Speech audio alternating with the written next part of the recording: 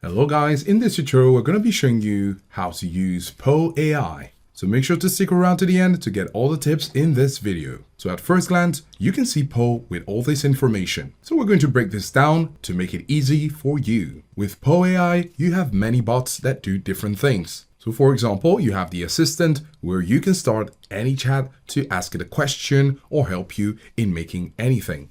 So with this assistant, you could ask it to make a schedule for you, ask it a question, or troubleshoot. Now, if you're not used to this and you want to use Gemini, you can go ahead and use Gemini and switch it simply as so. After clicking on it, it's going to show you that you're currently under Gemini Pro. You could also go ahead and do a web search. There are more features on Pro which allows you to explore other AI right here in Poe. So if we go over to more, we can click on it, and here we can see other AI bots. For example, right here in Poe, you can get to Gemini as we mentioned before. You can also get to Claude 3.5 Sonnet. You also have Flux Pro, Ideogram, Playground, and ChatGPT. All these options are available here in Poe. However, underneath each of them, you can see which access you will be having. When you scroll down, you can see the official bots, which we actually had when we clicked on more.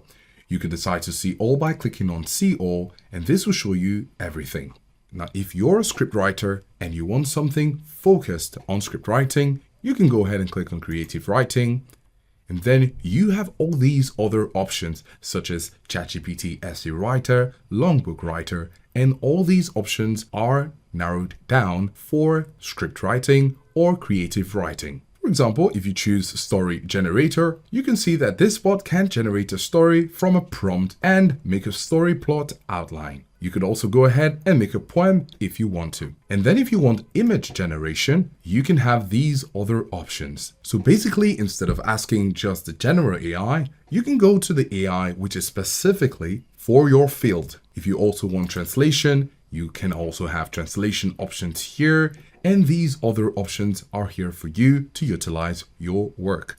Now, when we go back to the top, you can see that with the chat, you could also add an attachment. And when you click on it, it's going to take you to your file explorer where you can select a file and add some context. On the left sidebar, you can see all the chats, all your bots and creators.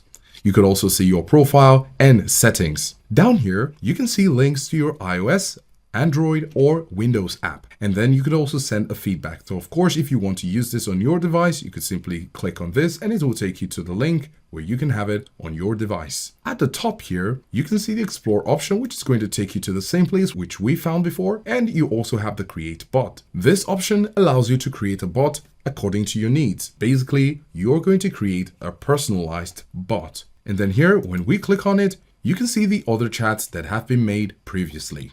So basically, when you get to Poe, you can simply go ahead and start a new chat and ask it any question as you wish. Poe is an AI just like ChatGPT, Claude, or Gemini. However, it has all these other options integrated here.